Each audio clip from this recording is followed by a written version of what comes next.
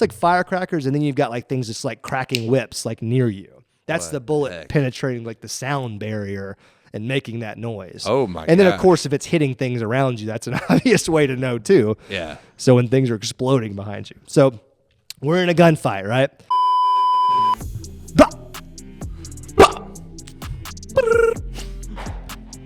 That's an iPhone. If I've ever heard one. It was. Well, go ahead and hit us with an intro there, buddy, while I pick up my pride off the floor. Well, hey there, ladies and gentlemen. Welcome back to the best fishing podcast in the entire universe, Fishing After Dark. Confirmed By factual statistics that we use. I feel like another podcast uses this joke that I've heard, and I feel like I'm just... For fishing? No, just like another podcast claims they're number one. I think Logan Paul does, so I feel like I'm just like taking his and copying. So welcome to the worst fishing podcast in the world. Anyways, ladies and gentlemen, we are brought to you by no other than Shop Carl's, the best fishing online store. Get your favorite lures for the cheapest price. The internet's local tackle shop. Gosh, I'm so good. I believe that's what you meant to say. That's ridiculous. No, I liked it. Yeah. I liked it. Yeah, Shop Carl's, great place. Yeah. We lost 10 tackle subs. Shopping. Yeah, we did. Carl's lost a ton of business just now. Yeah. People returned their stuff as I did that. I'm going to be getting phone calls here any minute. Right. But, yeah, welcome back, folks. Yeah. It's been a long time. We made a promise. Okay. We did, yeah. We forgot comments. I already know what I already know what we got to go straight into comments. So we don't need to get distracted. We squigged up, man. We forgot to do reviews last podcast, and we have never forgave ourselves ever since. So it's been a long 20 minutes. Go ahead and give myself a quick 5-star review real fast. Go ahead and leave 8 reviews. Anyways, if you guys did not know, if you're listening to us on Apple Podcasts, you can actually leave a 5-star review and write something. So the 5-star review actually helps us, helps the podcast. We almost have 800. We're getting really close. And, the comments, you might get them read live on the show. So we got one from Kicked Badger 753 with all exclamation points is the subject.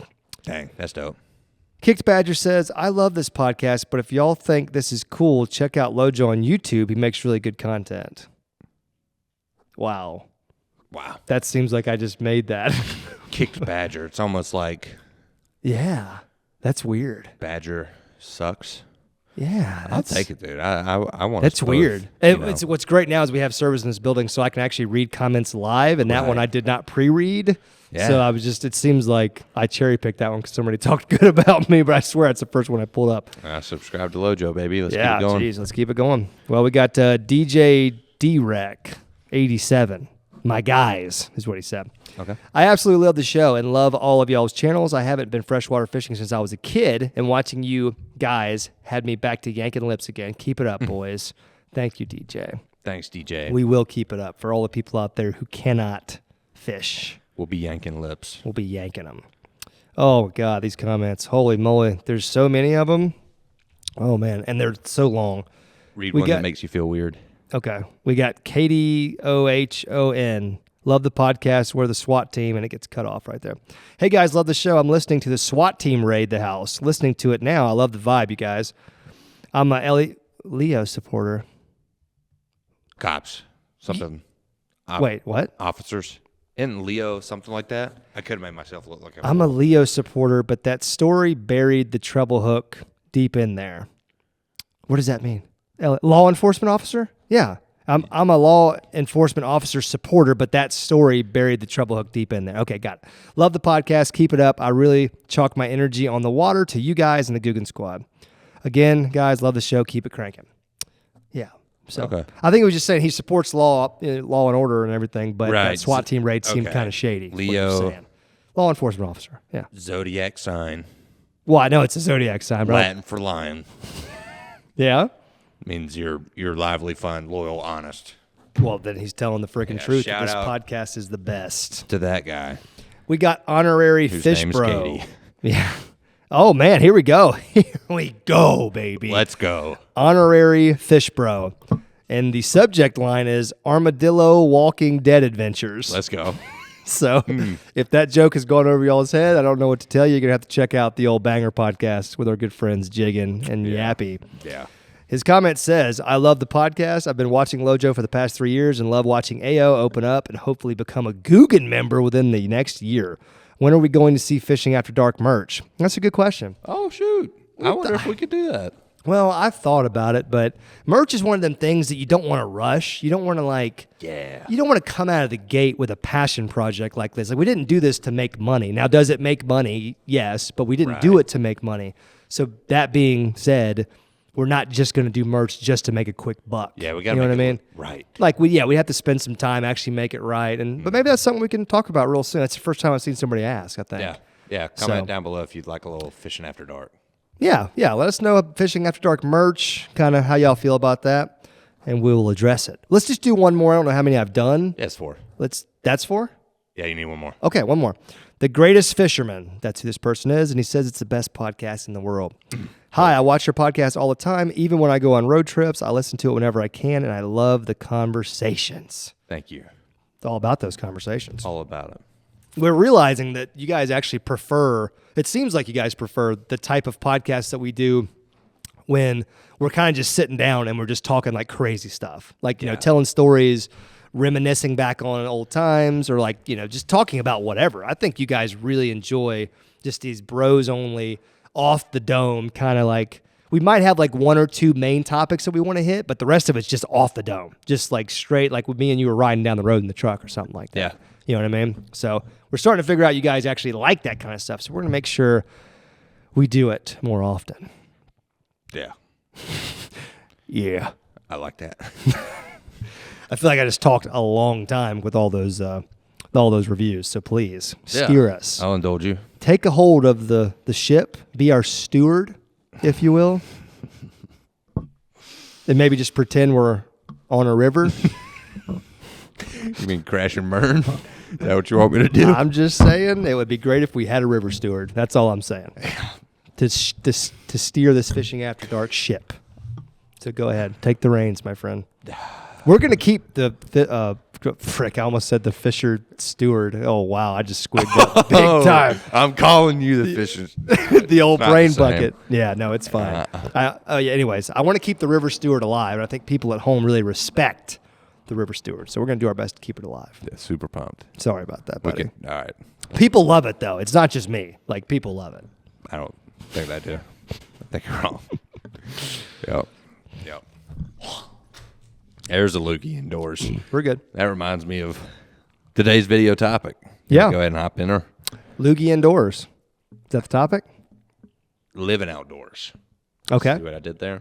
Oh, that's not bad. Close to loogie indoors, living outdoors? Gosh. Either that was genius or my head just exploded. No, that's straight poetry. Okay. What do you mean there, buddy? Living outdoors, what do you mean? Well, I feel like me and you we're always keeping our thumb on the pulse of social media. Yeah. We've been seeing a massive wave of camping. That's true. We always talk about what's dying, but you know what's living? Camping. That's a fact. All kinds of camping, too. Not just like going out with a tent and a bonfire, like truck camping. Mav. Mav killing it. Destroying it. You got, like off the grid type stuff. Mm-hmm. You got survival, like just going out in the woods. Yeah, outdoor boys. Bushcraft type stuff. Dude, bushcraft goes crazy. Bushcraft goes hard. I've seen some of like bushcraft videos with 50 million views. It's ridiculous. I think everybody down to their primal core just wants to know what it would be like if you had to live off the land. Yeah. Like nobody wants to actually take on that challenge, or I say like 99% of people. But it's in there. When you can watch it and just kind of like experience it through watching the content, I think people, like everybody can relate to that, down to your like moral, like to the core of being a human is to survive, build structure, eat, consume. That's weird to think about. It's freaking weird. So yeah, bushcraft. Goes hard. Craft and bush. Let's go. But yeah. So I figured today we could just hop into some crazy camping stories. Everybody's got them. I feel like if you're an outdoorsman, you've camped probably in the wrong place. Had a few animal encounters. Let me ask you straight out of the gate, do you have any animal encounter camping stories? Besides armadillos in the woods? No. Okay. Me neither. That's the thing. Just armadillo. Yeah. Okay. Well, let's get that right out of the way. No exciting animal bear attack stories. That's lame. No. But I was hoping maybe you had like fought a grizzly and like survived. No, I fought like armadillo's mom. Yeah, armadillos. Just all armadillos. Yeah. After I whacked one. I'm just kidding. Yeah. So camping. When was the last time you went camping? Was it with our good friend Mr. Norm? Last night. Oh, duh. Yeah, you did. Jeez, I was there. Yeah, you Freaked was. me. Yeah. Okay. Well, I guess I just meant before I've seen you last. Yeah. I guess is what I meant to say. I kind of want to talk about stuff we've done off camera, though. I want this to be the real, the raw. Absolutely. I was just curious when the last time you went camping. Yeah. It didn't have to be a YouTube video. I just meant when the last time you went camping. Actually, before AO fishing, the last time I went camping was for the river story. Really? Yeah. Okay. Yeah, I went down to Florida, and I was doing some diving in that clear water. Yep. You know what I mean? And, dude, the first camping spot we went to is my brother. I had him filming for me, and my wife was with me. Okay. And we had 2 tents, and we set up in the back of the cheapest campsite I could find. Okay. And this dude pulled up at 11 at night, they're all empty campsites. There's probably 20 empty campsites. Right. Pulls up, parks right beside us. Okay. Gets out, sits at a table, doesn't do anything. No way. Yeah. Y'all are the only people out there. Only people. So it's like, what's the lighting situation? Are there like Dark. lights? He had his darn. phone on his face. Oh He my was on his phone. gosh. So y'all are in tent We had a fire. or what? Yeah. Oh, you're outside. 2 tents, fire, and yeah. So where are y'all at when he pulls up? We're sitting around a fire. Okay. Then he leaves. Then we get in the tent. Doesn't say anything to you guys. No. Okay. And we're close. And there's nobody else there. Okay. He could have stopped at any one, but he pulls up right beside us. Super sketchy. Yeah. So he leaves. We get in the tents, right? Mm-hmm. He pulls back up again. Okay. Same spot? Yeah, at like 1 a.m. Oh my So he leaves about 11:30, pulls up at 1. We're all in the tents. Okay. I'm in nothing but my panties. Mm-hmm. It's late at night, you know. You got your wife with you too. Got my wife and my brother, and I didn't have a gun on You me weren't at strapped. the time. Oh No. boy. Man. So I come out, staring at him, and he had a brown paper bag. That was it. He's just sitting there with his phone. Yeah. I was like, nah. So we loaded up and left. I bought him a hotel. It was also 30 degrees.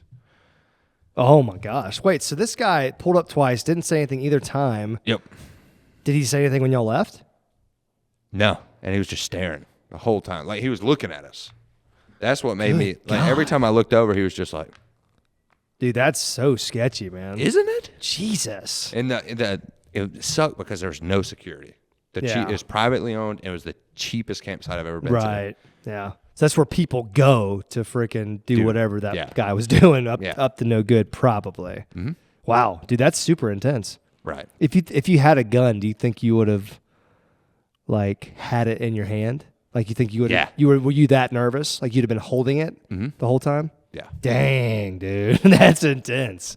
It's one thing to like have protection with you, but I had not. a bat in my hand. Wow, That's all we had. I had a bat. that's not terrible. I mean, when you're close, you know. Still, though, spooky. I mean, man. that ain't great if he's got like- a gun. Yeah, I was probably 20. Dude, that's freaking intense, man. Yeah. Jeez. Yeah. That's a hell of a camping story, man. That's freaky as hell. That's almost like a ghost story. It's weird, man. It's close to a ghost story. Super weird. Yeah. Was your wife like freaking out the whole time? Oh, panicking Yeah. and pissed. What about your brother? He doesn't care. He was just, He was just like, whatever, he's man. like 17. He was like, dude, do we gotta leave? I was like, we're leaving right now. Bro, there's a serial killer watching us Like, sleep. there's nobody here except for us and this dude. He's like 40. If he kills all three of us, nobody's going to know what Yeah. happened. I was like, get in the truck. We're going. So Step side Chevy? GMC? you bet your Yeah? sweet. Was it? Sweet little, yeah, for sure. Rip. Rest in peace. Yeah. R.I.P. to that beautiful Chevy stepside. I camped a lot growing up. Did you camp a lot? Is it like a high schooler? You know, I'm ashamed to say, I don't know if I went camping like my first 18 years on this earth ever. I mean, I'm struggling to think. Maybe I did. I'm sure I slept in a vehicle or something at some point. Like It's just different though. I feel like where I'm from was different than like Florida. yeah. I mean, people camp in Florida, I'm sure, but Yeah. I was more like drinking in a field type camping. Yeah. But like you have all the elements of camping except you don't sleep out there. Right. You got beer, you got bonfires. But I tell you where I did do a lot of camping is in the military. Where? Like, well, I mean, obviously you've got like what you call field problems, which is like a field exercise. Okay. So meaning, you go out to the woods somewhere on a training site and you just practice being a soldier for like 3 or 4 days. You know what I mean? Okay. Like you just live life like you're deployed. You know what I mean? In the United States. Yeah, but in the United States. Okay. Yeah, like without real bullets. That's cool. You're just kind of like going through the motions. That way you kind of Get a feel. you can explore all these different scenarios, and what you would do in those scenarios. So you do that, but that's basically camping. I mean, you're having to build. You don't have a tent in the military. You have stuff to make a tent, but you don't have a tent. So you have to get kind of creative, But did a lot of like long-term camping in Afghanistan. Okay. Especially my first tour. Really? In fact, like 3 to 4 months of it was basically a camping trip with another group just trying to kill you all the time. That was the only difference. Jesus. Because, well, I mean, it's not even that serious. If we were there for 3 to 4 months, we probably got, into a hairy situation a dozen times, Still crazy. In 3 to 4 months. Yeah, but, a lot of just time sitting around, you know what I mean? Yeah. Playing cards, literally camping, bonfire. Yeah. Smoking a hot dog over the flames. Nice. Here's one funny, like this isn't even like it's kind of a camping story.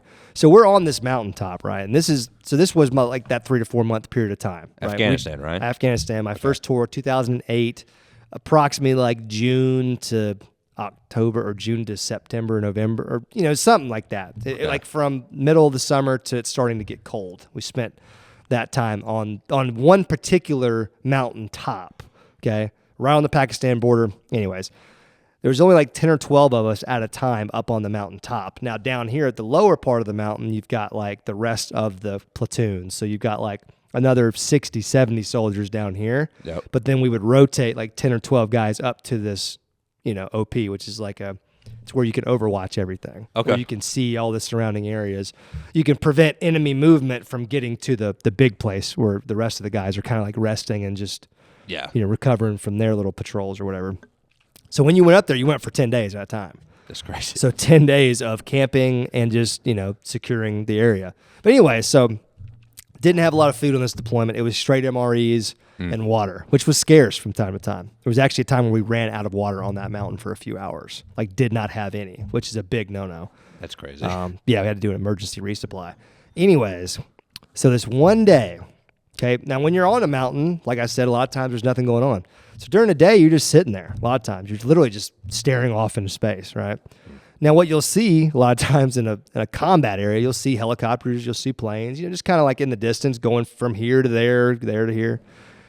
And this one time, and these helicopters sometimes will drop off supplies, right? Like it's so dangerous where we were, the helicopters couldn't land to resupply. They would just like kick everything off, and they try to get as close to where you are as possible. And then everybody just goes and gets everything. Wow. Which, so like the pallets explode, the boxes explode. You just have to go get it, like pick everything up. Oh my gosh. Yeah, it's dope. Yeah. It was super exciting, to say the least. So anyways, okay, the camping story. This one particular day, we had our little fire going, not big fire, but a little bit of a fire. It wasn't quite cold. It was just kind of chilly, not bad. And all of a sudden this helicopter comes and it's kind of close to us, but you can tell like, they didn't mean to kick off this load. This is a load that just fell out. And this actually happens in the military sometimes. Sometimes a load would just fall out randomly. All right. So this load fell out of this Chinook, which is the big helicopter with the two propellers. A big, box came out and fell. And we could see it way off in the distance, right? And so we radioed, tried to figure out what it was and where it came from, what the hell happened. Couldn't get any clarification. So we just figured, okay, it's just a missed drop. You know what I mean? So we're the closest people to it. So we were the ones who could go see what it was, right? And you just, you don't know what it is, but you got to go check it out. You can't let the enemy get it. Like if it was ammo or something, you can't let the enemy get a hold of like thousands of U.S. ammunition. You know what I mean? I mean, the government just gave away $800 million worth of stuff, but that's a whole nother story. We can't lose ammo out in the field, but what the frick with is that? Afghanistan, we just left all that stuff there. Yeah. Well, that's a whole nother podcast. Anyways. So we went on patrol to the crash where the box had crashed, and we get there, and the only things that were in there were like hundreds of packs of hot dogs and beef patties.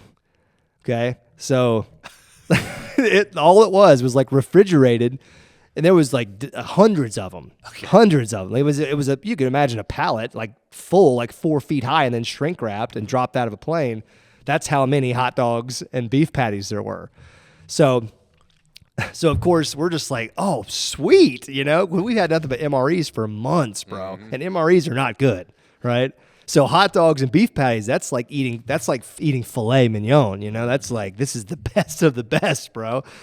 So the only thing is we can't refrigerate anything, right? We got no way to refrigerate anything. So it's basically eat it now or it's done. You know what I mean? So we took a bunch back to camp, to our little mountaintop, and we proceeded to take sticks and roast beef patties and hot dogs over the open flames and just eating them like it was the best day ever. We didn't have buns or anything, didn't have condiments. Had a little bit of condiments out of MREs, so you could find, like, I can't even remember what come in MREs, like hot sauce or something. Right. No mustard or ketchup or anything.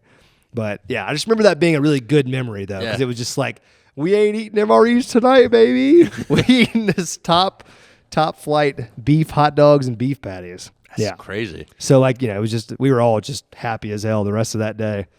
Yeah. Just eating. Can you imagine though? Like that would be so good. Yeah, that's cool. And when you're camping, food tastes better too. Oh, it does, dude. So I'm sure that whatever that was, it was probably the grossest hot dogs and beef patties that in existence. But for us, it was like such a treat. Yeah.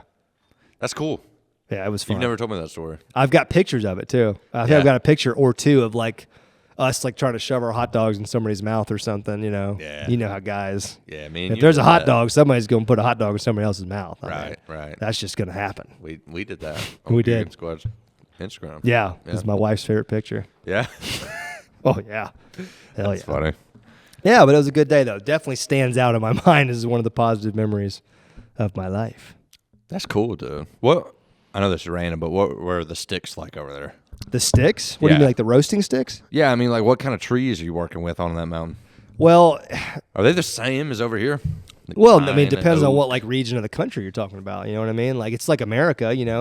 The mountains in the West, like in Arizona, or not Arizona, like Nevada or something. Those ranges are going to look a lot different than the mountains in Tennessee. You know what I mean? Which are going to be covered in trees, like a jungle almost. So just Afghanistan, where I was on the east side, like near Pakistan, that was more. It was a mixture of desert and woods. Because it was like real sparse woods. Yeah. There wasn't a lot of there, and there's some places there was a lot of woods, but a lot of places you could just see for miles. Okay. So it was weird. It's all mountainous. So typical. I have no freaking idea to answer your question. I have no idea what kind of trees those were, but the branches, whatever we had, we may have even like taken some real thick wire or something from from like an engineer pile and just took like some real stiff wire and used that. I don't even know what we used. I just remember we were holding something and roasting them over the fire. But I just remember how good the hot dogs tasted. That's cool, dude. It was just like, oh my God, I can taste a little bit of pork, a little bit of beef, whatever the hell. Yeah. And it was so good, bro. It was so good. Yeah. That's a dope story. Yeah. Beat that, Badge. Oh, we got time. I got one for you. Hit me. So I camped all the time in high school. Okay. Because nothing to do in my town. Understandable. Yeah. Super very small. Yeah. But what we used to do, there's a main intersection in downtown. By downtown, I mean 3 blocks. Yeah. That's it. A few restaurants.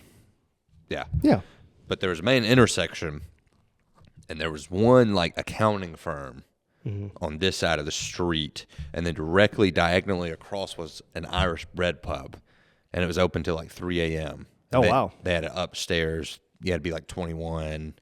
It was like a crazy place. Okay. So high school, we had found an alley that you could climb up this ladder and get on top of this accounting building. Okay. And we would go up there with sleeping bags and like a handful of rocks, and we would just wait for drunk people to come out of Irish bread pub. No way. And I mean by rocks, I mean like little pebbles. I know, but still. And we would just wait for somebody to stumble by and just, BOOM! You're like a troublemaker, dude. I don't think that is as bad as it sounds. We were like throwing a rock off the top of a building and hitting somebody? A pebble, dude. Okay. Don't call it a rock. So you guys made sure you found rocks small enough not to kill somebody. Yeah, dude. And it was like the little gravel that they had on top of the roof. I bet you that hurts coming off a roof, dog. Dude, we were like a 2 stories up. Okay. And they were drunk. They were drunk as that's true. Most of the time, we just sat up there and watched drunk people. I got you. That was just like, one of the things. Yeah, we were like 15, 16. We're like, whoa, drunk people.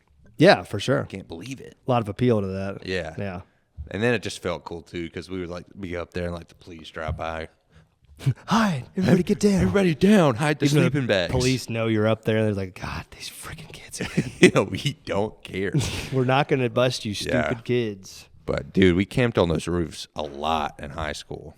That's crazy, dude. Rooftop camping. That's intense. It was fun, man. It was really fun. That was some of my best memories. I wish I'd went camping when I was younger. I don't know why. I mean, I guess, my family just didn't really do it.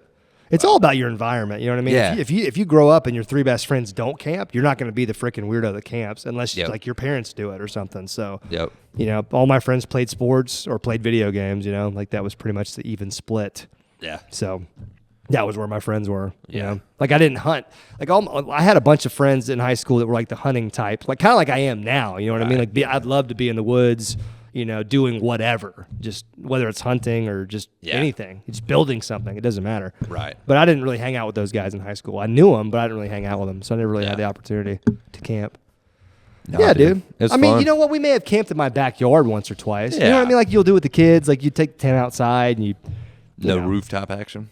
No rooftop action. What about when you were in high school? Did you ever go in like abandoned building? Dude, yes. It's funny you say that. As soon as you said rooftop, I automatically thought about something I did when I was a senior in high school that was a big freaking no-no. Everybody, dude, your senior year, abandoned buildings, water towers. And the police know that. Like they're not. I've almost, dude, I got some stories about that, freaking getting into big trouble. Like when I was 18, 19, that they just let it slide because I was a senior in high school. All right, folks, we have a special treat for you guys today. Not only is Carl's just the best place on the internet to find cheap tackle at discounted prices if you're a Carl's Club member, but they're the type of people who give stuff away, give back to the viewers and listeners of this podcast. If you guys remember, we had a big giveaway recently. And we have a winner of that giveaway. And I'm proud to announce that we got them on the phone. They're about to come up in just a second, but big shout out to Carl's for sponsoring this podcast as usual. Go check them out, guys. There's a link right at the top of the description. Your favorite lure, whatever it may be, it's a very good chance it's on sale right now at shopcarls.com. Go check them out.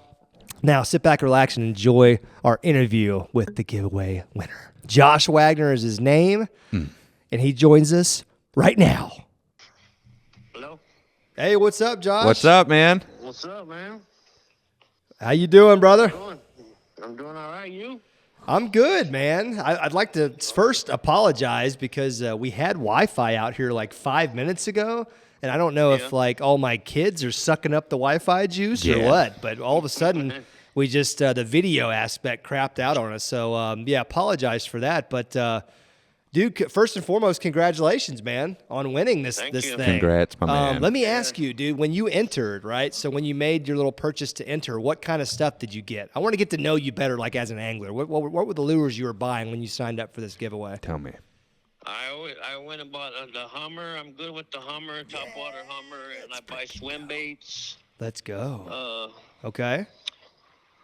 How, like saucy swimmers, like the paddle tail swim bait type deal? Yeah, the saucy swimmers, the paddle tail swimmers, crankbaits. Man, I'm a tackle junkie. I have so, man, my wife is going crazy because I keep buying. Dude, believe me, we feel your pain. We've been there. We do a little bit too much spending and not enough saving. But, dude, the Hummer, man, I heard you say the Hummer. That's like my favorite lure of all time. I'm so glad to hear that somebody else out there loves the buzzbait. Oh, man, I love it, man. I catch them all day on the Hummer at that pond I fish at over here. Nice. So where are you located at, man? Yeah, where do you live? I'm in San Antonio, Texas. Nice. Oh, cool. Okay. Cool. Dude, I've heard that's a really fun place to visit. Is that true? Yeah, the River Walk is awesome, man. Yeah. Downtown River Walk is all the restaurants and walk the river, and it's pretty nice down here. That's I've been cool, here all man. my life, so Nice. Yeah, man. Do you do a lot of fishing in that river, like where the Riverwalk is? No, unfortunately, they don't let you fish in the Riverwalk there downtown. But there's a pond I go to on the side of town I used to live on, and it's about a 3-acre pond, and it's loaded with bass. So that's where I go fishing all the time. What's your PB, man? Yeah, what's your PB, bass? 7 pounds, 13 ounces. Wow, that's not bad. Yeah, that's not bad at all. Where did you catch it on? That's the real question. The Hummer. Yeah, There it let's is. go, dude. I'm trying to tell people, Josh. People just don't get it. I mean, some people like you do, but there's just something about the buzzbait, man. I don't know. I could go on a whole rant about the buzzbait, but Yeah, you could. Yeah. Well, dude, tell us a little bit about yourself, man. How old are you? What's your favorite fish to fish for? That kind of thing. Like, tell us about Josh, man. Josh. I'm 39 years old. I'm a dishwasher at a restaurant, a famous burger joint here in San Antonio. Really? Let's go. Well, do you want to share what the name of the place is? Tycoon Flats. Tycoon Flats. Well, if we ever go to San Antonio, Badge, we have to go to Tycoon Flats. I'll hop on there and work with you, man. Yeah, he'll wash some dishes with you. That's sick, man. That's freaking awesome. So if you're a big fisherman, I'm guessing, right? Do you just freshwater, or are you a big saltwater guy too? Nah, just that bass, just bass fishing. That's that, dude. That's us in a nutshell, man. We enjoy. I watch y'all's videos ritually, man. That's awesome. I haven't missed a video. I've been Thanks, there since man. day one, man. on Dude, both that's of y'all's freaking videos. awesome, man. Let's go. That's awesome. We really appreciate people like you, man, and everybody who entered this giveaway. But, For sure. 100%. Yeah, so San Antonio, I'm trying to think. I've never been to San I Antonio. couldn't- Yeah. Yeah. Go ahead, brother. Go ahead. I couldn't believe I won the giveaway, man. I got that email. I was like, holy crap! I bought me a new fishing pole with the money. Dude, we were just about Let's to ask go. you, man. We got to know. So a $500 shopping spree. Take us through like how you attacked this and what did you get? I got a lunker hunt, spinning combo reel and rod. Oh, Okay. I got that backpack, that big old backpack that has tackle trays in it. Yeah. Yep. That $100 backpack there. I got that. I got That's a good idea. the mother load. Oh, very well. Classic. Very the good. mother load box. Yeah, I got the mother load box, and I bought all kinds of just tackled lures, knickknacks and stuff. Terminal tackle hooks. Yeah. I bought a bunch of hammer hooks. Nice. So you just loaded up for the year, basically. Yeah, I spent it all. I spent it all in one day. Heck yeah, baby. That's what I'm shot. talking That's about. how we do it. That is exactly what we wanted to hear. Dude, that's smart with the tackle backpack, though. See, I think that was a smart purchase. Most people would just go like all lures, but you were thinking long term, like, you know, Longevity. Lures come and go, but a tackle backpack with tackle trays in it, that's going to last you for years. Yeah, I got that and a couple of the Bass Mafia tackle tray, the Guggen Squad tray, I think it is. I got 2 of those. So, because my wife she's on my ass for all the lures and stuff laying around everywhere in the house. So Hey, man, it's just one of them things. I got boxes laying around everywhere. So I That's had to sick. buy some storage containers to put my lures in. There you go. Nice. Well, That's now, smart. Yeah, now you can tell her you got to spend money to make money. Yeah, exactly. Yeah. That's right. I'm going to pass you to Badge for a second, man. Let him have a quick conversation with you. What's up, brother? Hey, what's up, man? How are I you? can't believe I'm talking to y'all. I'm fine, man. I cannot believe I'm talking to y'all. Yes, sir. Dude, I'm pumped to talk to a big supporter, man. It's cool that you went ahead and hopped in that giveaway, supported the channel, man. Very cool. Very Yes, cool. sir. So let me ask you this: did Lojo like talk to you before this and tell you to say you like the Hummer? No. No witness tampering, I promise. I'm gonna go back and read your text just to make sure. That is crazy that's the first thing Yeah. he said. That's awesome. No, Yeah. that makes me feel really That's good. pretty awesome. Yeah. Have you ever tried to fish in the Riverwalk? No, I haven't actually. I've had a couple of friends that did it, and They get caught? the He's a- park he's a police, law-abiding the park police are citizen. real bad down there. They kicked them out. Dang. Nice. Threatened to give them tickets and stuff. Do they ride so bicycles? They had to leave. Ask him if the police ride Do bicycles. the bikes ride or Bikes. whoa? Do the police ride bicycles down there? On the Riverwalk? Yeah. I knew it. That's cool. River police, downtown. Baby. I've actually been to the Riverwalk once, and I didn't have any shoes on. Yeah. In San Antonio? Yeah. Really? I ruined my shoes in a mud puddle, and then I was just walking around barefoot, man. So I got the full experience. Wow. Yeah. Badge has been to San Antonio. How about that? Yeah. If you saw a young homeless-looking man barefooted in about 2016, that was probably me. Ask him if he's a fan of the houseboat, dude. What, oh man. Have you seen the itty bitty, my houseboat? Yes, sir. I sure have. What do you think? Am I wasting my time, or should I keep going? Nah, I don't think you're wasting your time. It's gonna come out awesome, man. Once you're done with it. All right. What? Just Give me your time with it. What do you want to see done on the boat, though? When I finish this bad girl. Like what kind of content? Yeah. I don't know. You want any crazy content? Can we put it in the Riverwalk, or is that a highly frowned upon? Can we put the houseboat in the Riverwalk? I don't think you can put it in the Riverwalk. Well, if I do, I'm gonna make sure to stop by the burger joint and snag a burger. Yeah. Awesome, man. That would be great to see y'all stop by there. Yeah, man. Dude, that would be sick. If we're ever in San Antonio, we have to remember that place. Yes. Real Tycoon. It's right up the road from the Riverwalk too, so it's perfect. Perfect. Well, we'll find it. Oh, we'll find a way. We'll definitely find a way.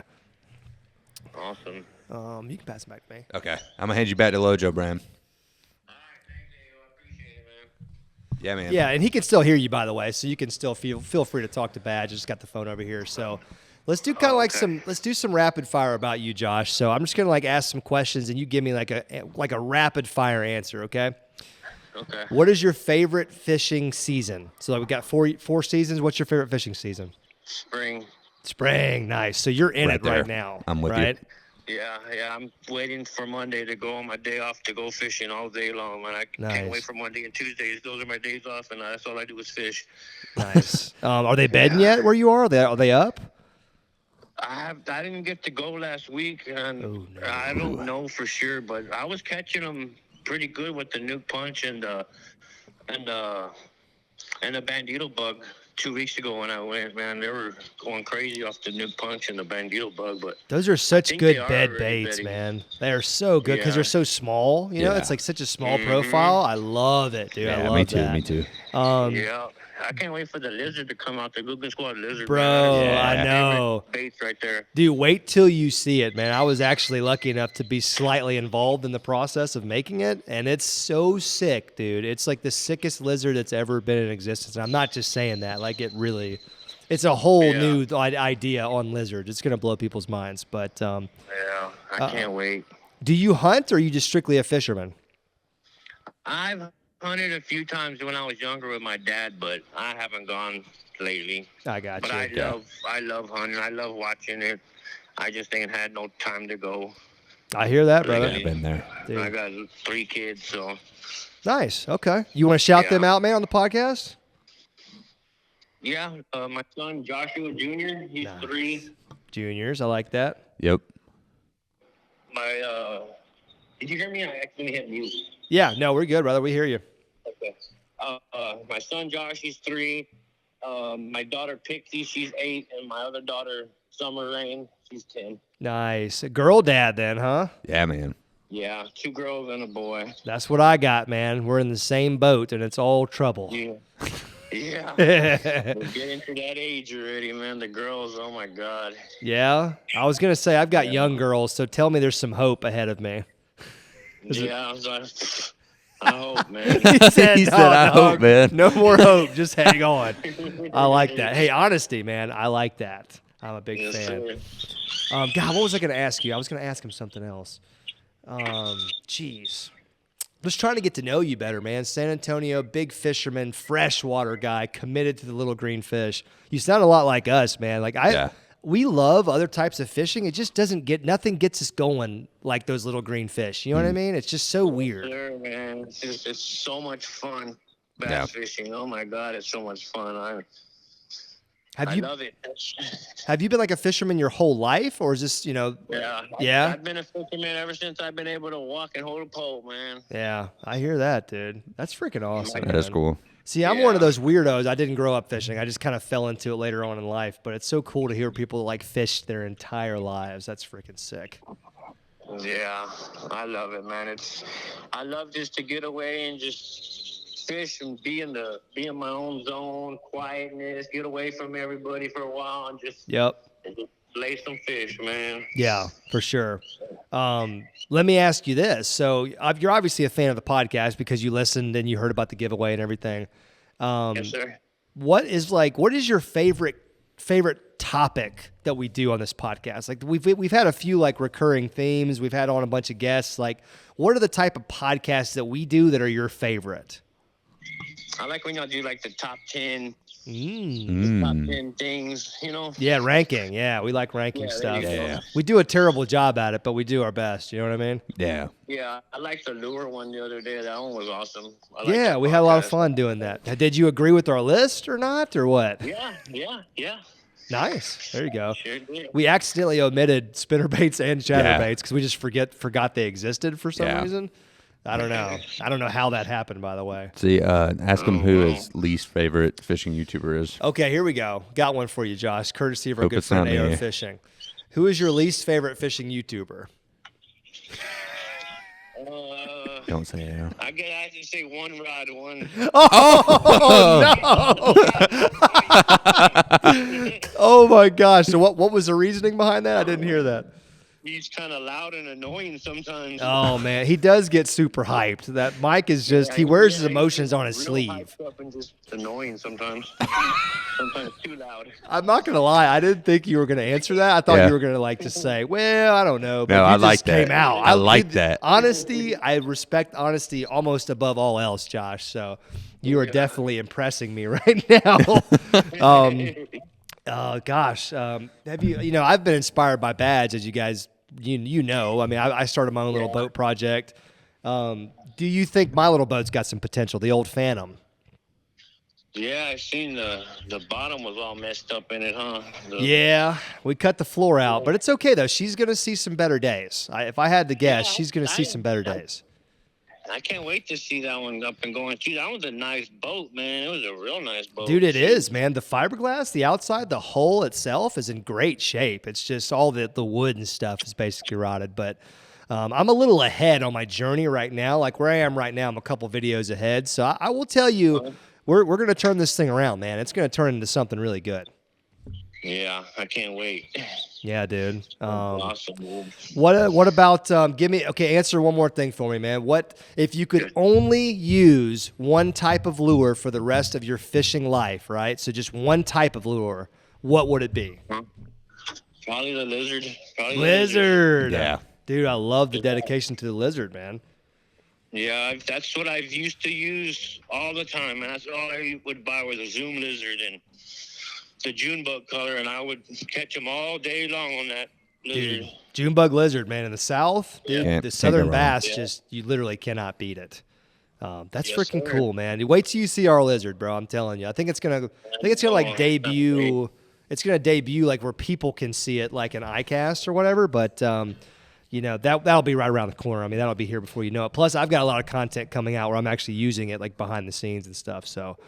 Stay tuned for that. In the bottom and stuff, that's what I mean, dude. Like, there's a lot of aspects to the lizard that are going to be really cool and kind of revolutionary. You've seen them up close. Yeah, I like them. They're really cool. Sweet. They are. Yeah. Mm-hmm. But yeah, man. Well, I'm going to give you, Josh, an opportunity if you want to ask me or Badge anything live on this podcast. This is your chance right now, man, and we have to answer it. Yeah. Unless it's about Badge's finances, because he's not currently taking questions about that. Nope. Putting you on the spot, man. Who's your favorite fisherman? My favorite fisherman? Favorite fisherman, yeah.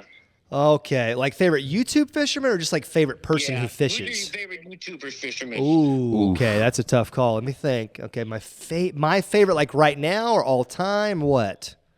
Right now. See, I have all these, like, I always ask secondary questions. Okay, my favorite YouTube fisherman right now. This is gonna sound so freaking cringy. Yeah. I think Norm. Me too. My favorite. I think fishing with Norm is my favorite fishing YouTuber right now. You say you too? Yeah, me too. Wow, That's Bad exactly said the what I was same gonna say. thing. That's freaking hilarious. I just think. Cool, man. Are you a big fan of Norm as well? Yes, yeah, I love Norm. He's hilarious. Awesome. Man. He's a good guy. Dude, you should see him in like real life behind the cameras. He's even funnier than he is on camera. I can imagine. But When he takes his pants off. well, yeah, when he takes his pants off at night, things get real. But yeah, man, I have to say Norm. I'd say all time. I think John is really high up there for me because he Yeah. definitely inspired me and a lot of other too. people with the editing side of like creating Yeah. very cinematic, cool looking stuff. But yeah, I'd have to say right now Norm is. He's killing it. He's killing it right now. So, Beast. and luckily, me and Badge get to hang out with Norm all the time. So, Right. we Steal get his to, video ideas. Yeah, steal his video ideas and stuff like that. But That's cool, man. Yeah, man. Norm is he's funny, man. He's real funny. he Kinda is, bro. overrated, Well, but, we'll make sure that he knows that you're a Norm fan as well. I'll say what's up. I'm not telling I him certainly anything. would. Not telling Norm anything. Well, dude, this was great, man. I want to say congratulations again and thank you thank you for entering the giveaway. Thank you for being a viewer, man. Yeah. A loyal viewer. We value people like you more than you guys will ever know. So big shout out to you, man, for being one of the people that makes this thing go. For sure, and man. go round and round. So congratulations again. Glad you spent all that money in one day. I'm glad you didn't let Carl's get away with $1. don't I want let you to him have it. stick it to him, $500, every single bit of it. I hope you got some good lures that are going to last you for a long time. But, dude, thank you for joining us. And we'll holler at you later, brother. All right, thank you. See you later, Ayo. See you, man. Nice meeting y'all. It's nice talking to you, dude. See you, brother. All right. See y'all later. Bye. What a guy. What a dime. Frickin' Josh coming through. Piece of meat. Dude, I love it. That he didn't tell one frickin' lie in there. He was just straight honest. Nah. My We could have man- asked him his political beliefs and everything. Yeah, he would have told us. He would have said. He would have said it. Yeah. Yep. There'd have been no denying. Nothing. I was going to ask him who was his favorite out of the two of us, but I was just like, oh my God, this man's speaking honesty. He might pick Ayo. God, I don't want to ask him. You know he loves the frickin' itty bitty. Yeah. He's a houseboat fan. We got a live one. We got a houseboat fan. Good Lord.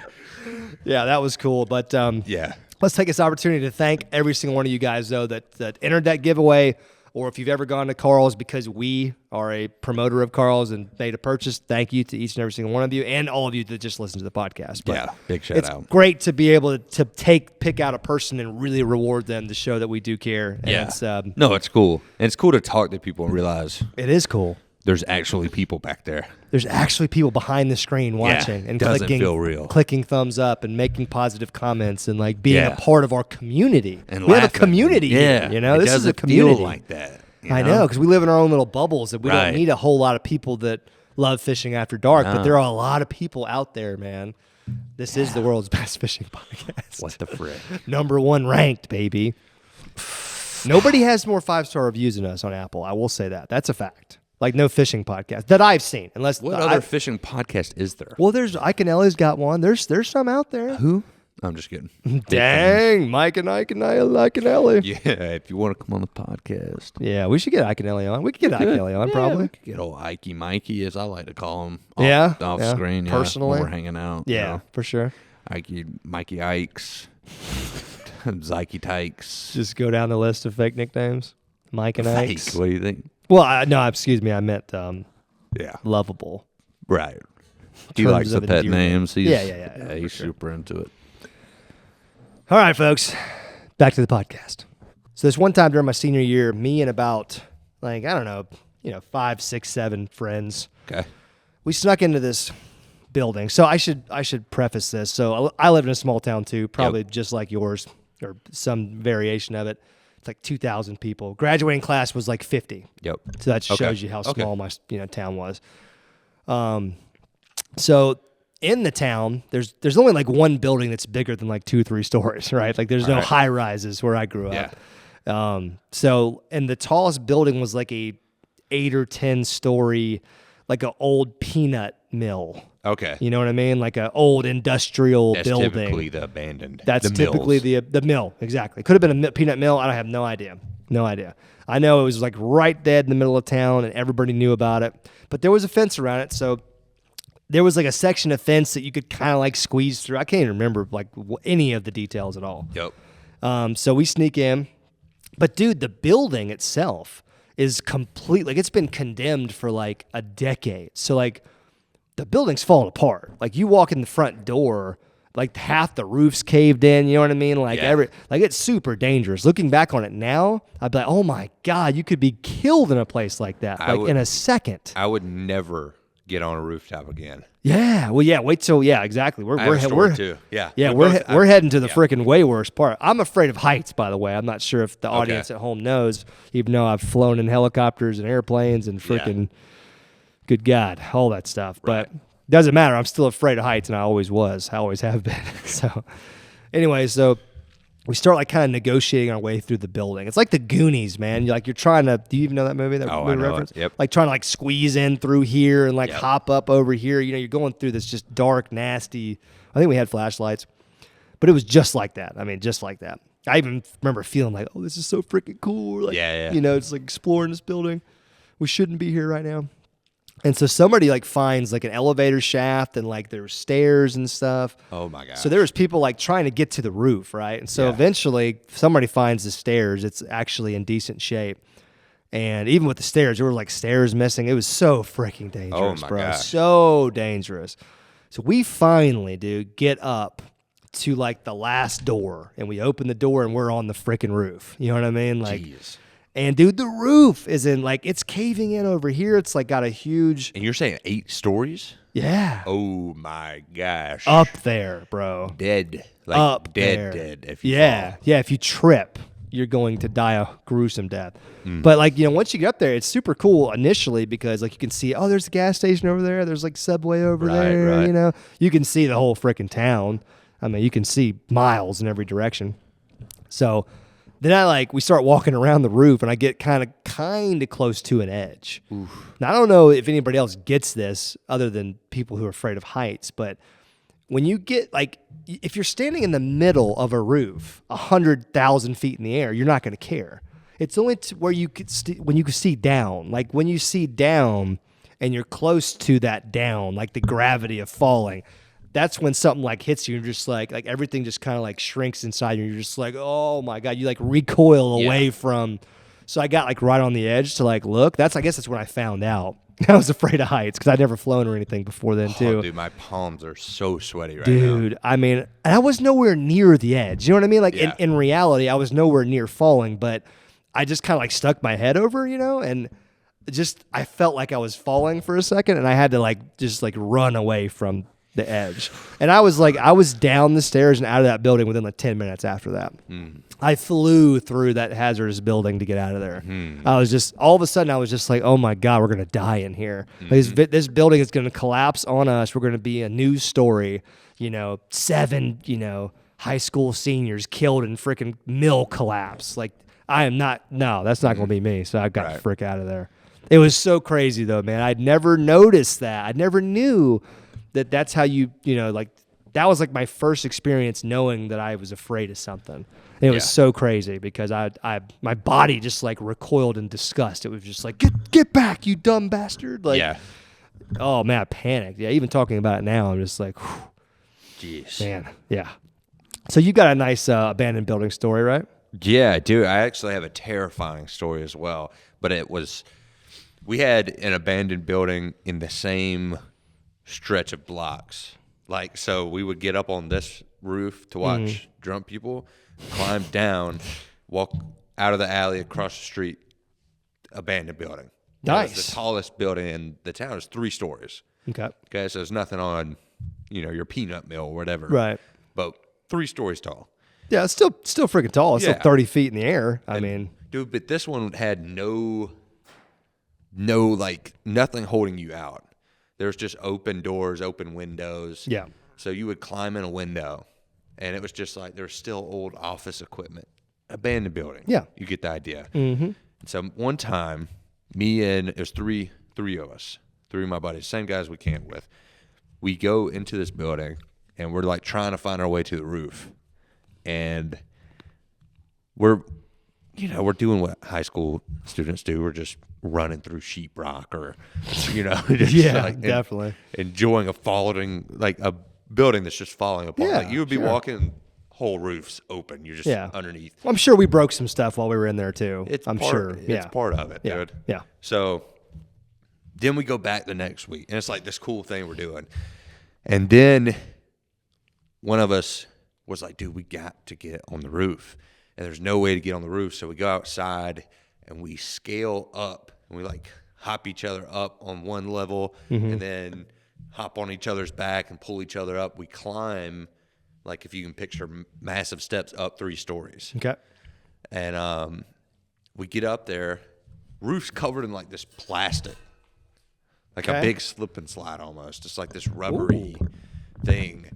And it had rained or it was just humid, slick. Okay. And so we would climb up this one side, and it had a slanted 45-degree angle where it would go all the way down a story. Okay. And so we were sliding down the thing and Nice. running up, sliding down. It was so much fun. Okay. And towards, like, this slant goes all the way across the building. And on the probably 30 yards away, it goes down. It's just dark where the roof had fallen in. Yeah. So if you go over there, you slide, you're going to slide and then fall 2 stories. Yeah. Yeah. Ooh. And so, Did y'all knew it was there? yeah. Okay. So my buddy goes walking across the peak of the roof, and he's just like walking, looking over the town, slips. No. Yeah, I swear. It's like a movie, dude. And falls. And he starts sliding down the roof. And this is the first time I ever had like fear of death. Yeah. I think. Like when you're in high school and you don't realize death is real. Yeah. You're just Yeah. completely reckless. You don't have you can't, I don't think people can, what's the word? They can't comprehend ceasing to exist. Yeah. When you're that young, it's like a proven fact. You can't even comprehend it yet. Right. Yeah. So for sure. It's like the first time I ever felt like that near death like that. Yeah. So I'm watching him slide, and he's headed towards this black hole. We don't know how far it goes. Oh, or like what's in it? Like what type of jagged leftover construction? Like, is he about to fall 3 stories? Ooh. That's what we're thinking. Yeah. And he goes over the edge, and he fell. In the hole. And And so we come running over. Oh, my God. Did he scream or anything? He it was like one of those screams where you want to scream, but you're terrified. And you're like, yeah. We're all like, oh, my God. That is scary. Dude, terrifying. So we run over to the hole, and there was like this one, probably as big as this table, like area of wood that was still good. Yeah. And then the rest was open to have dropped. Yeah. And he had fallen like 5 foot on the wood. One good piece of wood. Oh my God. But y'all couldn't see him, so y'all thought he fell in the hole. Yeah. So we run over there. I'm like, wow. Yeah. You're thinking your buddy's either dead already or he's on the ground like cut in half or something. Yeah, like just bleeding. broken legs and back. Oh my God. I'm sweating right now, dude. Yeah, that's intense. Crazy. That's a couple crazy stories in a row. When did you get caught by the police, though? That's what I want to know.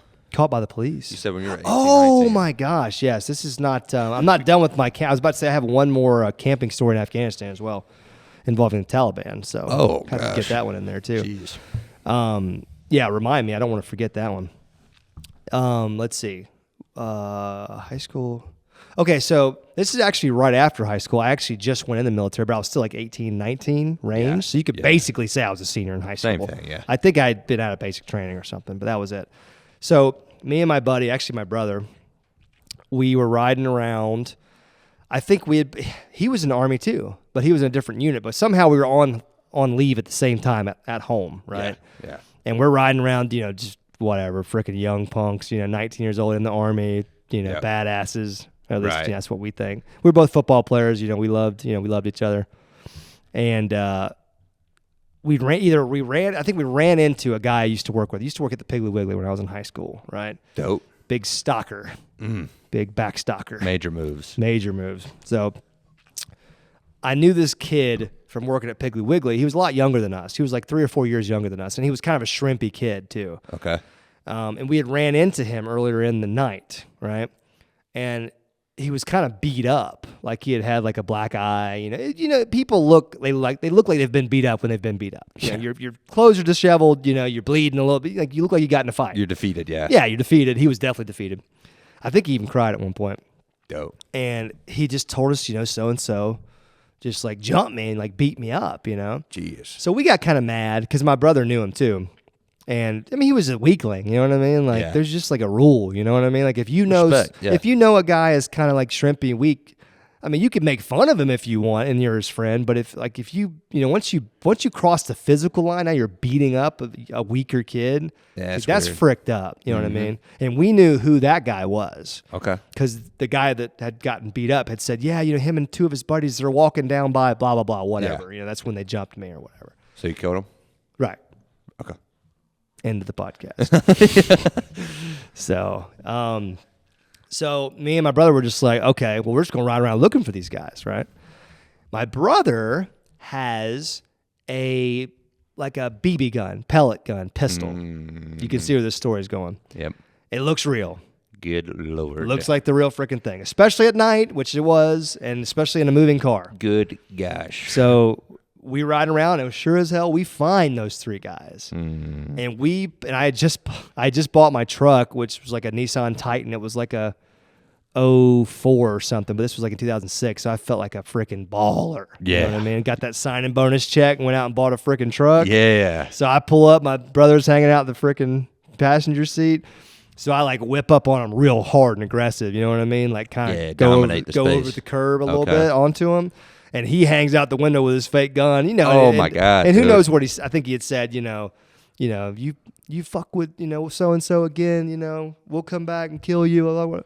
They freaking book it, take off running, bro. Like they bought the whole act, hook, line, and sinker. They booked it, right? And then my brother gets back in the truck. We smash on it. We're laughing, you know what I mean? Because we know we didn't mean them any harm. We knew that. They did not know that, so they were terrified. Anyways, so we go on with our night. We're having a good time. I think we even met up with like some girls at the park and some other people. And there's a tiny little park where I live. It's not far from where this crime was just perpetrated, mind you. Not enough sense to freaking flee the scene. We did not have that much sense. So all of a sudden, we're at the park. We all get in my truck. So a couple girls, me and my brother, and a couple other dudes. So there's a lot of people in my truck. A lot of people. Oh, dear. All of a sudden, we get in the truck, crank it up. All of a sudden, dude, police sirens everywhere. I mean, like pulling in, just like the movies. Burp, burp, beep, beep, beep. Hands on weapons. Get out of the fucking car. I mean, like the whole 9 yards. The whole 9 yards. And they got us out of the car, and all the dudes that got on up against the side of the truck or on the ground.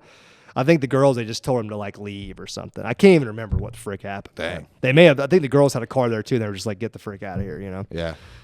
So, anyways, the kid we scared had ran home, told his parents that some dudes had pulled a gun on him. So he described my truck, and told his parents. His parents called the sheriff or the cops or whatever, and the cops tracked us down to the park, and they freaking they thought we had assaulted a minor with a gun. You know what I mean? That's what they thought. Oh my gosh. So they had us like cuffed, freaking like we were gonna get charged, Oh. So here's what saved us. This is where being young and being and a veteran is a very helpful situation.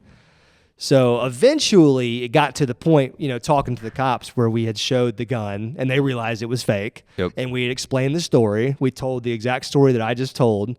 And the cops, at that point you become a little bit more understanding. You're almost just like, man, that kid just freaking jumped on another kid. Like you start looking at the situation a little differently, right? And then we told him, hey, we just got out of basic training. Like, if we get arrested, we're going to get fricked. We're going to be squigged if we get arrested right out of basic training. Like that's big no-no. Right. So the arresting officer, whoever was the ranking officer on the scene, was a former military guy. He was an infantry guy, which is what we were. So that was our job classification. So they took pity on us basically, and I think they called the father and they told the guy, hey, it was a fake gun. It was basically a prank, is what they said. Yep. These guys are two military guys. Basically talked the dad out of pressing charges. Nice. Thank God. Mm-hmm. Yeah. So they didn't press charges, and we left. And wow. Yeah, it was freaking intense, man. They had like guns to faces. Wow. Yeah, they had like guns drawn. Good Lord. Yeah. Yeah. Yeah. Imagine how that situation could have turned. That sounds... If we had not cooperated fully, you know what I mean? Like, Oh god. Yeah, it puts the cops in a bad. It puts everybody in a bad situation. It was stupid. I mean, let's just go ahead and get that out there. Yeah. It was definitely stupid, and I regretted it immediately. Regretted it immediately when I saw how scared they got. I was like, dang, they for sure thought we were going to kill them. You know, like that. That's not what I really wanted in my mind. I just thought it would scare them. They'd run home and just never beat up a kid again. Didn't realize they were going to run home to their daddy and be like, when call you're the cops. 18, 19, man, if you ever have a great idea, heck, if you're 24, you should probably just take a second and say, I don't know, maybe. If you're 24 and you're going to go out there and buy a houseboat and start a YouTube channel, let me just tell you, slow your roll. Slow it down. Take a breath. Take a deep breath. Yeah. Okay, we beat around the bush long enough, man. I think you have a pretty crazy story. I do. This one where you weren't breaking the law. No, this was all legal. This was in Afghanistan. Okay, cool. So no law. Oh. Just kidding, man. The rules of engagement. Come on. I know, dude. I'm having a good time. I'm trying to act shocked. I'm chilling. Dude, you better stop playing with that mic, bro. I can hear all that feedback. I'm giving them what they want. I got you. You know it. But you're going to want to listen to this story. This is intense. This is 100% true. I'm having anxiety through these stories. I'm sweating over here. Like my desk. We're good though. I don't blow these Afghanistan stories out too often but sometimes I'll be telling them and be like, I cannot believe this was real, but it is real. Yep. Yeah. So okay, random night in Afghanistan. There's not too much setting up I need to do here. I think it was just my first tour. My first tour, we saw a lot of action. There was a lot of gunfights. So we were getting ready to do this mission. So me and my squad. So the squad's about 10, 11 people. Typically a squad patrol is, 8 to 12, somewhere in there. And I don't even know what we were doing. We were just moving along this ridge to, what you do is you do patrols at night. Sometimes you try to disrupt enemy movement. Okay. And even if you don't see the enemy, you still could disrupt their movement. You know what I mean? Like right. If they know that there's a random patrol walking, they don't know where we are. Yep. So it makes them a little bit more hesitant to attack. Okay. You know what I mean? Because they know there's Americans out there somewhere, but they could be right next to us for all we know. Okay. So we're just doing some type of a patrol. Now, here's where things get kind of hairy. We were running this mission, like dual mission with the Afghan National Army, okay? So these are Afghanis. So these are local people to Afghanistan who have joined the military to fight the Taliban, right? Now, problem is this is probably one of the most crooked armies in the world. You know what I mean? Because there's so many Taliban that have, breached the military. Infiltrated. That's so crazy. So you can't trust these guys, basically. You know what I mean? Like, you got to sleep with one eye open with these fools. Jeez. But, you still got to train them, too. That's our job, is to train them and show them how to frickin' move, how to patrol, how to do this. Because they don't know. Oh, dude, that was my entire, mission. This is my second tour. Was working with Afghan Special Forces, Afghan National Guard, Afghan National Army. These are all different factions, ANA, ANG. And there was Afghan Security Guard, which was Special Forces for them. Worked with a lot of these people. Okay. So on this particular night, we were running a dual mission, which means they had a squad, right, to match our squad. And we're going to say, hey, we're going to move on this ridge over here due east. You guys are going to move on this ridge due north, right? And we're going to work our way to these points, and we're going to work our way back. This is how this works. So we had our whole briefing, the whole 9 yards. It's the same thing we do every single mission. Everybody knows what they're supposed to do, right? So we leave the wire. Everybody starts walking, going their own way. And we get, halfway through our patrol, we're starting to move up this ridge. And all of a sudden, all hell breaks loose, and the guns are going off. So now we're taking fire, and you're taking fire because the bullets sound a lot different when they're coming at you. So when you're shooting away from you, it has a completely different sound. When the weapon is facing you and the bullet and the concussion is coming towards you, it makes a completely different noise. Yeah. It sounds like firecrackers. It doesn't sound like that deep, boom. When you're shooting it, it's way different when you're downrange. It's like firecrackers, and then you've got things just cracking whips near you. That's the bullet penetrating the sound barrier and making that noise. Oh my! And then of course, if it's hitting things around you, that's an obvious way to know too. Yeah. So when things are exploding behind you, so we're in a gunfight, right? So we're moving. Taliban's out there. We're freaking moving. Now, our Afghan National Army component, we know they're somewhere over there, but we don't know where they are, right? So they could be behind the enemy. They could be in front of the enemy. They could be freaking lost. Yep. We have no idea where they are. So we're now returning fire. So our element and their element are now just engaged in heavy combat. Like everybody out there shooting, right? Oh my gosh. We're bounding, we're moving to contact, we're spreading out, we're doing our whole thing. Yeah. And I'm assuming with whoever they are, they're doing the same freaking thing, And eventually we're getting calls on the radio. Now, during a firefight, it's incredibly hard to communicate via radio. You can imagine. It's incredibly difficult. Even trained people who are really good, it's very hard to communicate while you're shooting. Yeah. You know what I mean? And you're going to be shooting if somebody's shooting at you. Right. So we're getting a call, and all of a sudden, I hear somebody come on comms, and they're saying, ceasefire, ceasefire, ceasefire. So we cease fire. The Taliban are still shooting, right? Well, it turns out this is not the Taliban. No. This is the Afghan special forces that we are on patrol with attacking us. This is 100% true. So their element had gotten lost, right? Their element had gotten lost, and they found themselves on the wrong side of the mountain. So they thought they were in the right spot. And if they were in the right spot and they saw troops, that's the enemy, right? Because we were supposed to be over here. Oh, my God. But they had gotten turned around. They see us moving, and they assume we're the Taliban, and they open fire. And they, now luckily my whole squad and team was good. Okay. Now one of them got severely wounded. I think he lived. Okay. But we were fine. Luckily, a lot of those guys are bad shots, or else I wouldn't be here personally. Gosh, dude. Yeah, but that's a 100% true story. Would that just piss you off? Oh, it was bad. I bet. They had to stop several people from going over there, and Yeah. I can't say what people would have done, but Yeah, after you just train these guys, yeah, and then and then they could have killed all of us. If they had been better at their job, they'd have killed at least half of us. Because see, they had the ambush on us. They were set up. We were moving. So that puts you at a huge disadvantage. So they got the ambush set up. They're waiting for the freaking Taliban to come through because they're supposed to be looking over there. Dude, that would piss me off so bad. Oh, it was one of the biggest clusters I've ever been a part of. And it could have we laugh about it because nobody got, none of us got hurt. So I'm angry just hearing that, man. Yeah. It's very common. You're friendly. And I will say one thing. It's a lot. There's a lot going on when you're out there. So it's I'm not going to say it's easy, but I can see how friendly fire happens. You know what I mean? Because sometimes you just kind of lose where you are, and you get caught in the moment, you get scared. Fear runs a lot of people's emotions, Yep. You can't operate on fear, of course, especially not in combat. Yep. But a lot of people, that's just your natural reaction. So one of them probably got really scared and was God, they're right there. And then, somebody else might've been like, well, wait, are we sure? And then somebody just starts shooting, and now it's on. Yeah. You know what I mean? Nobody's asking questions. When that first bullet flies, neither side are going to stop and ask questions. It's just like, oh, we're getting it on? Okay, we're doing it.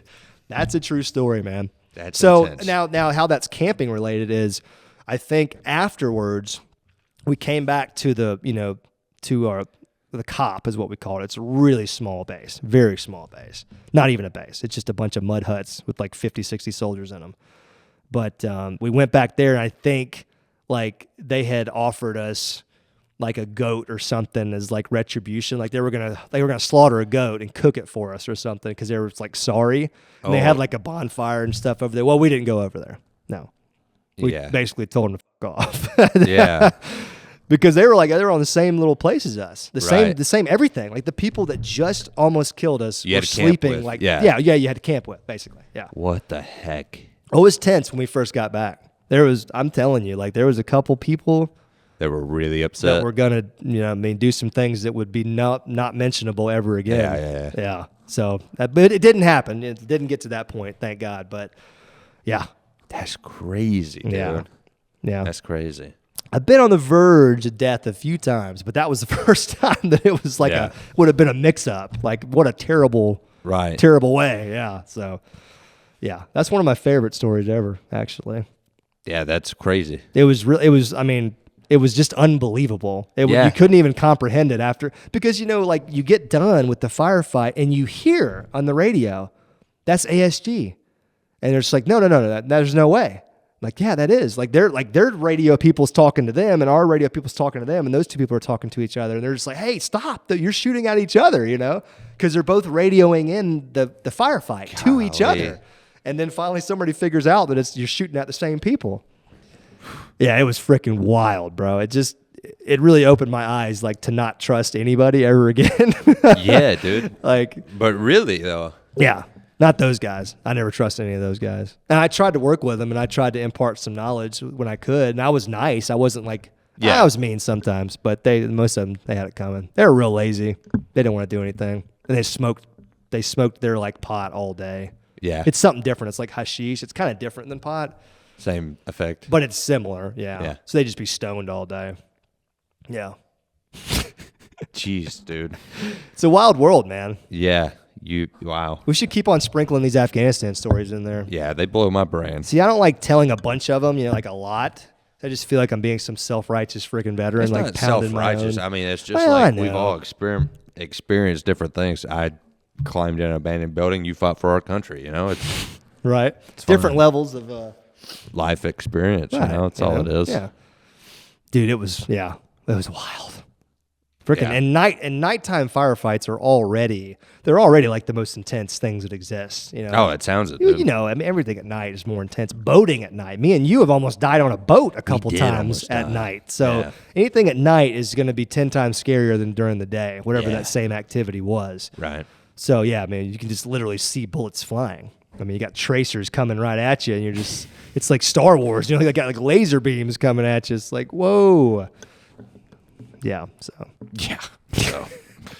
camping with the Taliban, man. There it is. Who I thought was that we were pretty damn sure that was the Taliban for a while. But what a freaking cluster. Yeah. That could be the most intense podcast we've ever had. Yeah? Did you like that? I think we will be asked to do similar podcasts in the future. Well, I'll try to come up with some more stories. Yeah. And I'm sure people want to keep hearing your stories too. Yes. Dude, I bet they're begging for more. Well, they definitely want to know what this armadillo story is. That's for sure. Yeah. Because if they haven't seen that podcast, they are lost right now. We can get into that next podcast. I say we'll do that next podcast. Yeah. No, that's good. Yeah. Yeah. That's good. Yeah. Yeah. I got nothing else. Is that Daryl? Oh, bet you're sweet. Definitely, Daryl. That's a good time to wrap it then. All right. He's probably got food. He's got food for you, most likely. So I love that, man. Yeah. So if you guys are viewers of the channel, make sure you subscribe, share this with your friend. If you're listening, we are on Apple Podcasts, we're on Spotify. Oh, obviously, if you're listening, you know that, but go follow us, subscribe, leave a 5-star review, all that good stuff. Check out Shop Carl's for some cheap fishing gear. Become a Carl's member. You're going to get a bunch of stuff at a discounted rate. Until next time. We love you. We love you. See you later.